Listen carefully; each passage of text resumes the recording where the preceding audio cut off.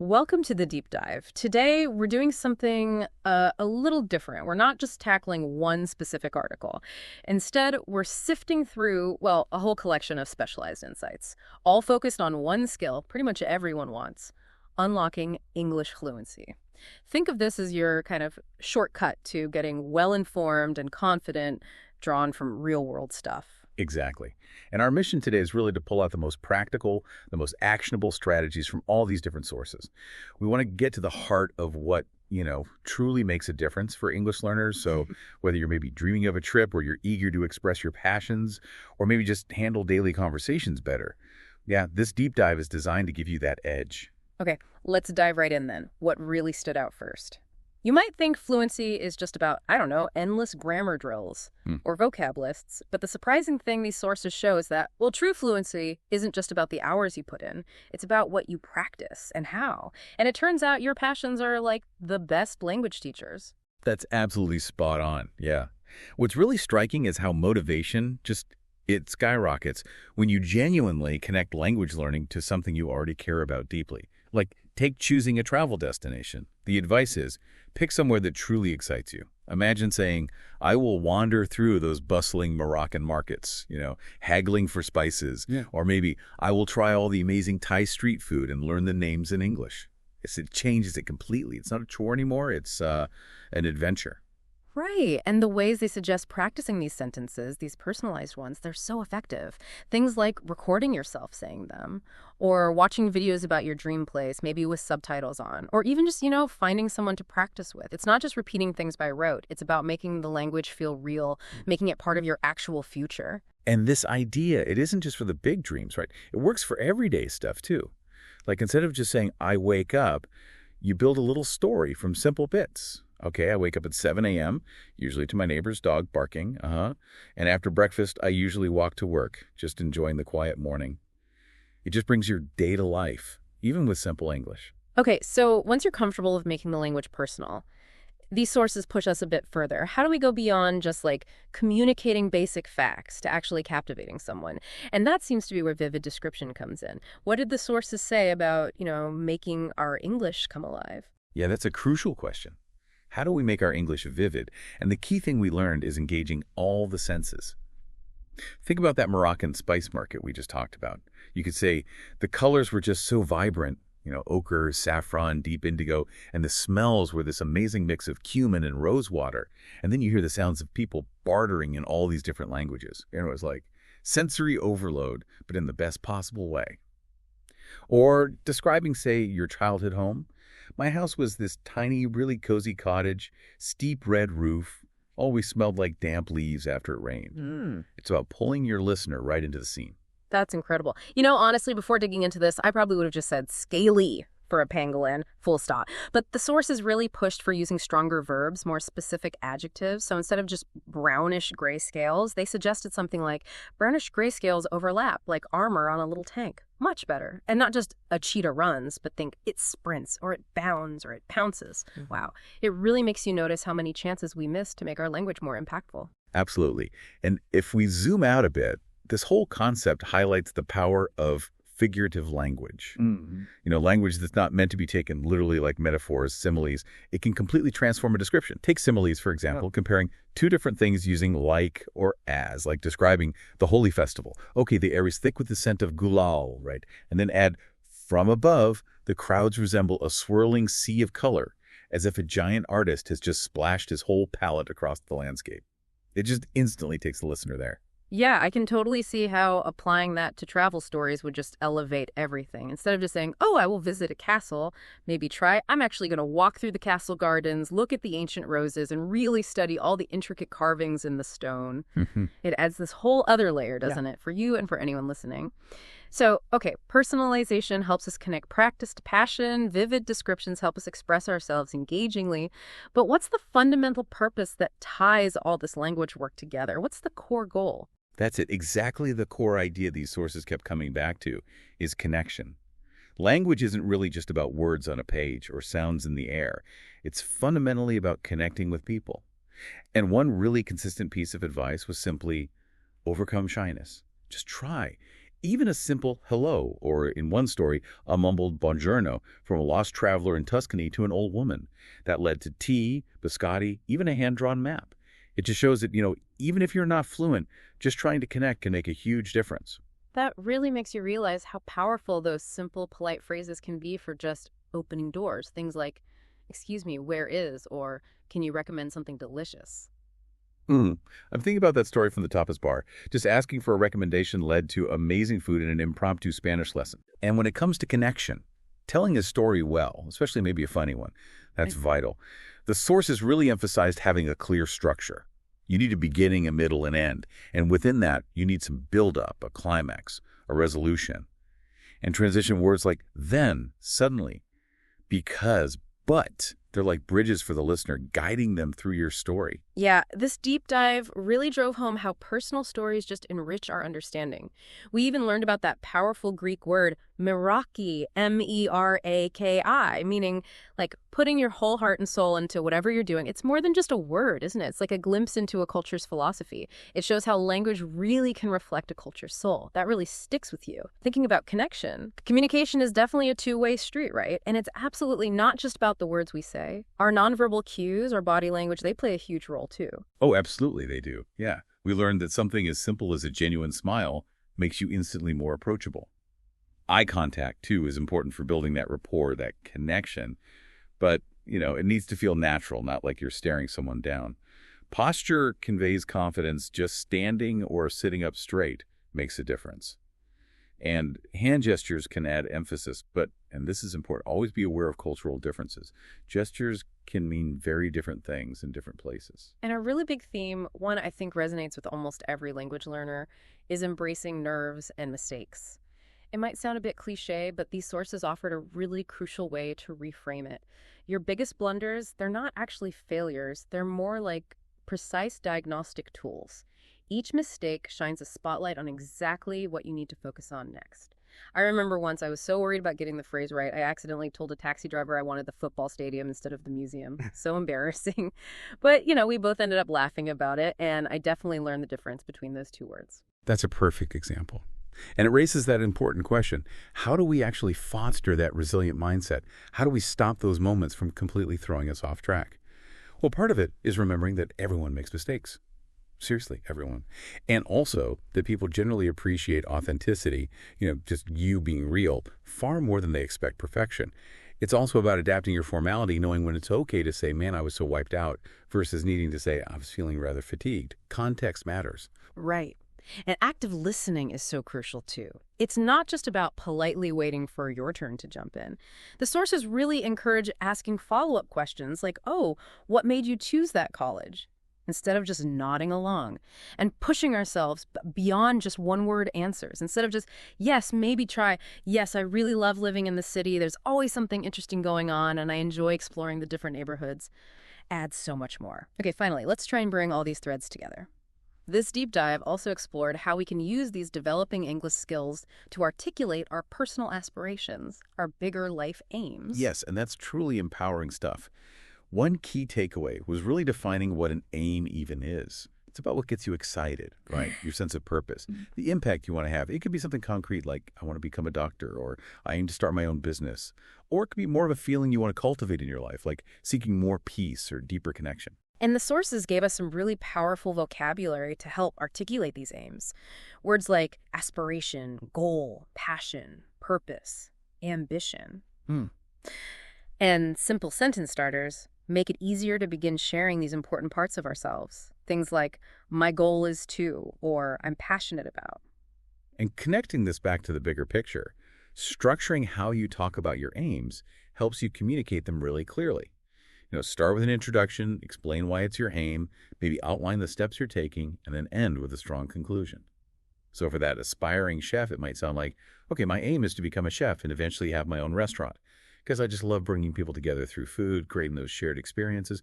So right now I'm taking culinary classes and interning at a local bistro to learn the ropes, and I'm just so excited about eventually opening a place that brings real joy to my community.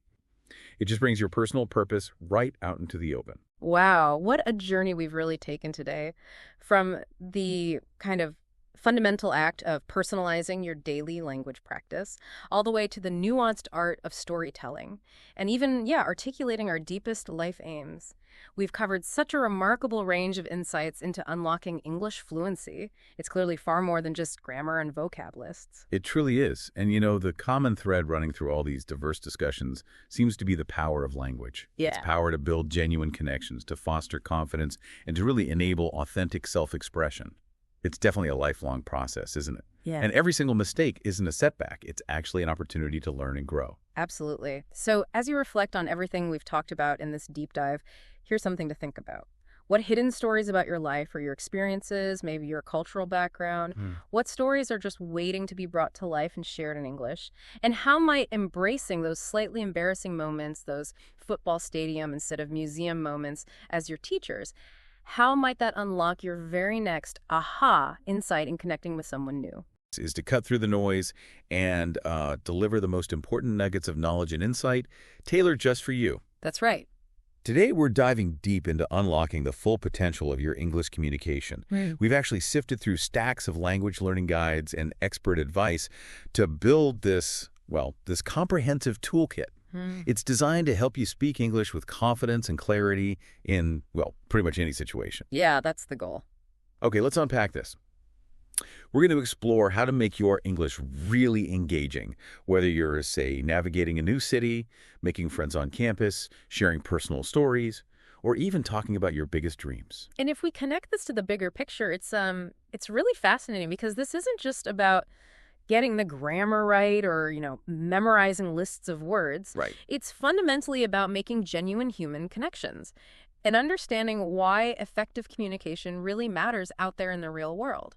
That makes perfect sense. I mean, we've all been there, right? In conversations where someone has a great point, but it just gets lost because their thoughts are kind of all over the place. Exactly. It's not just what you say, but how you organize it.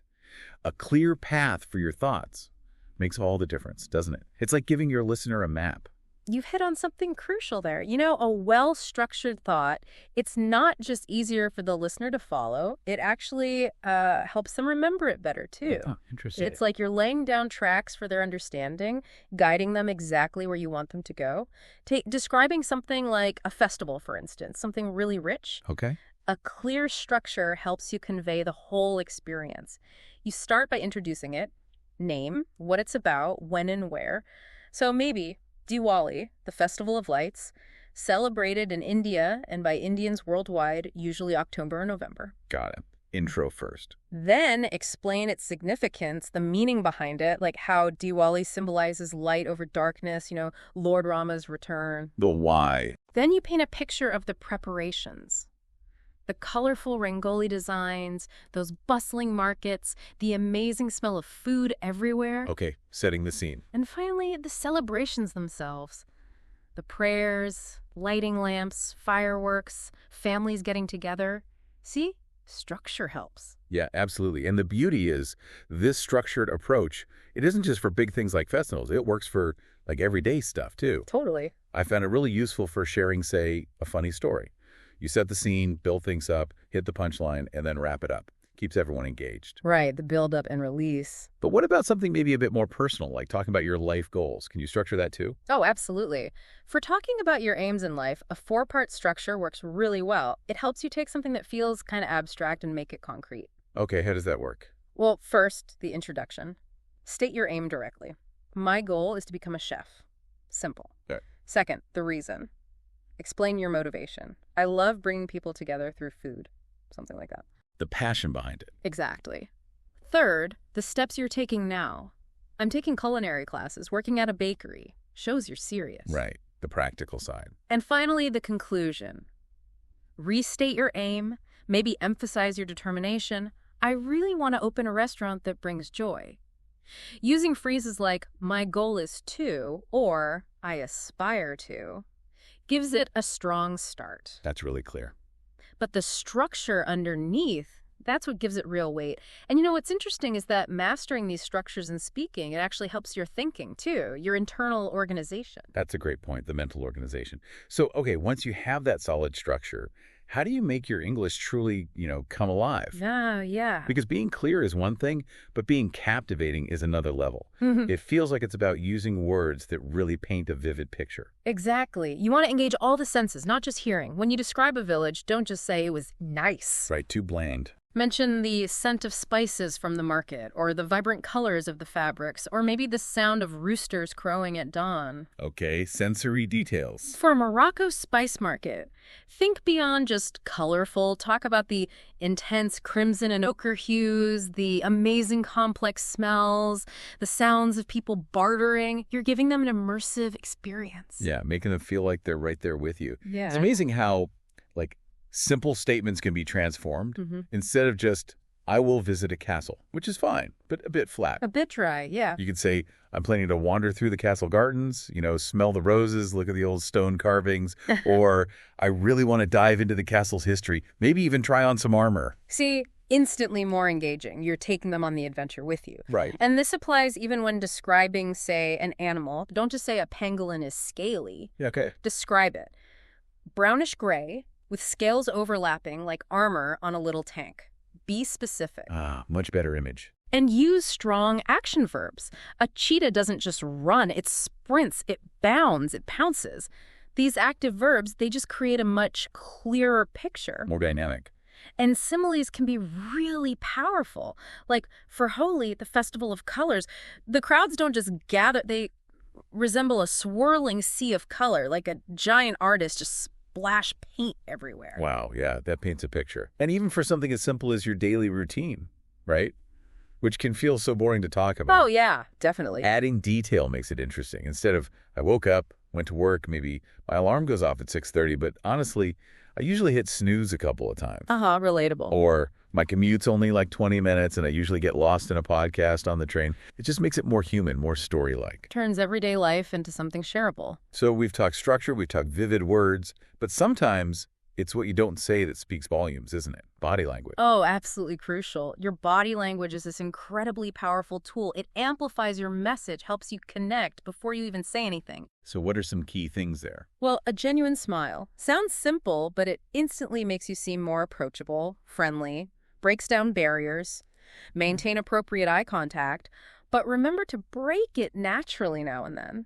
Too intense can feel a bit weird or even aggressive, depending on the culture. Right, finding that balance. And subtly mirroring the other person's body language. Like if they lean in, you lean in slightly, that can build rapport subconsciously. Oh, interesting, like mirroring posture. Yeah, or gestures, but subtly. And use hand gestures to emphasize points, but always be mindful of cultural differences. A thumbs up isn't universal. That's a really important reminder about culture. And that point about appropriate eye contact. I always find that a bit tricky. What is appropriate? It feels like it could vary so much. That's a fantastic question. And honestly, it highlights why the most important element here is just authenticity. Appropriate isn't a fixed rule. It's more about reading the situation, observing the other person. In, say, North America, more eye contact often means honesty. In parts of Asia, less direct eye contact might show respect. So it's about awareness. Awareness, yes, and adapting slightly, but mostly just being genuine. People connect with genuineness. They can usually tell if you're putting on an act. Right. And please don't let the fear of making mistakes hold you back. An awkward moment like, accidentally calling your professor mom on the first day. Oh, no. It can actually break the ice. Leads to laughter, makes you more human. Or asking for help in a restaurant, even with broken language, like, can you recommend something delicious? With a gesture. That often leads to great food and maybe a little language lesson. Yeah, I've had that happen. Mistakes are just part of learning. Sometimes they make the best stories later on. They're often where the real learning clicks in. That's so true. My best travel stories often involve some kind of language mess-up. It really reminds you that communication is, well, it's a dynamic thing, a two-way street. Exactly. So how do we effectively connect with others? Keep conversations flowing naturally, not like an interrogation. It really starts with active listening. And I mean truly listening, not just waiting for your turn to talk. Harder than it sounds sometimes. It is. Ask open-ended questions. Questions that need more than just yes or no instead of do you like it here. Try, what made you choose this city? Or what are you enjoying most about? Okay. Invites a story. Exactly. Yeah. And follow up on what they say. Show you're actually listening and interested. And when you answer, try adding a little extra. Beyond yes, say, yes, I love living here. There's always something going on, and I really enjoy exploring. Adds a bit more personality. It shows engagement, builds connection. It's about empathy, really. It's amazing, isn't it, how those small interactions, ordering coffee, asking directions, can turn into these unexpected language lessons. Oh, absolutely. I remember a barista in Buenos Aires gently correcting my Spanish and teaching me some local slang, just while making coffee. That's brilliant. Or trying to find somewhere in Tokyo with just, excuse me, where is? And having someone patiently help using gestures and simple words. Those moments stick with you. They really do. And when you're traveling, even a simple greeting in the local language, like bonjour, can open doors, might lead to an invitation for tea in some tiny Italian village, creates a real connection. Yeah, those unexpected connections are the best. And definitely be prepared for different English accents around the world. Listening to diverse speakers, movies, podcasts, whatever, really helps train your ear. Good tip. And don't ever be afraid to politely ask someone to repeat themselves or maybe speak a little slower. Most people are happy to help if they see you're trying. Right. People are generally helpful. Right. Okay, so these tips, these insights are fantastic. But theory is one thing, practice is another. How do we actually integrate this stuff, make real progress? Yeah, practice makes progress, not perfect. It's about consistent effort. Try role play. Role playing. Like, practice checking into a hotel, ordering food, asking for directions. Do it with friends or family. It feels silly at first, but it helps. Okay, low stakes practice. And record yourself speaking. This is a big one. Listen back to work on pronunciation, fluency, rhythm. It can be cringy, but you learn so much hearing yourself. I can imagine. Definitely valuable, though. Also, keep a journal. Travel journal, daily journal, whatever. Write down new words. Practice describing things. It's like creating your own personal textbook. That's a great idea. Yeah. The recording part especially, I think that's key, even if it's tough to listen back. It really is. And beyond that direct practice, what about immersion? Just surrounding yourself with English. Oh, immersion is absolutely key. Listen to English music while you cook. Watch movies maybe with English subtitles first, then without. Follow English speakers on social media. Get used to the natural flow. Exactly. Make it part of your environment, not just a study subject. And when you're trying to recall things to talk about, like childhood memories, don't just think vaguely. Focus on something specific. Like what? Like hold an old toy. Sometimes the feel of it can unlock memories, emotions, details you'd forgotten, gives you richer things to share. Wow, connecting to objects. Yeah. And for funny stories, practice telling them out loud. Let your personality show, play with your tone, experiment. Find your own voice, your own style in English. That makes sense. It's about finding your unique way of expressing yourself. Precisely. Well, we've covered a lot. We've journeyed through the essentials of confident English communication, structuring your message, painting vivid pictures, using body language, making connections, and just practicing consistently. This deep dive has, I hope, equipped you with a really comprehensive toolkit. And this raises, I think, an important question, or maybe just a point to remember. Knowledge is great, but it's most valuable when you actually use it. Language isn't just words on a page. Right. It's the living fabric that connects us to different cultures, different ways of seeing the world. So, go explore, connect, use your English, let it take you on an amazing journey. And remember, perhaps, that the most profound language learning, it often happens not in the classroom, but in those unexpected, sometimes messy, real-life moments. Every interaction, every little mistake you learn from, every laugh you share across a language barrier, every attempt to connect. Think of each one as a unique souvenir on your own personal journey of language and self-discovery.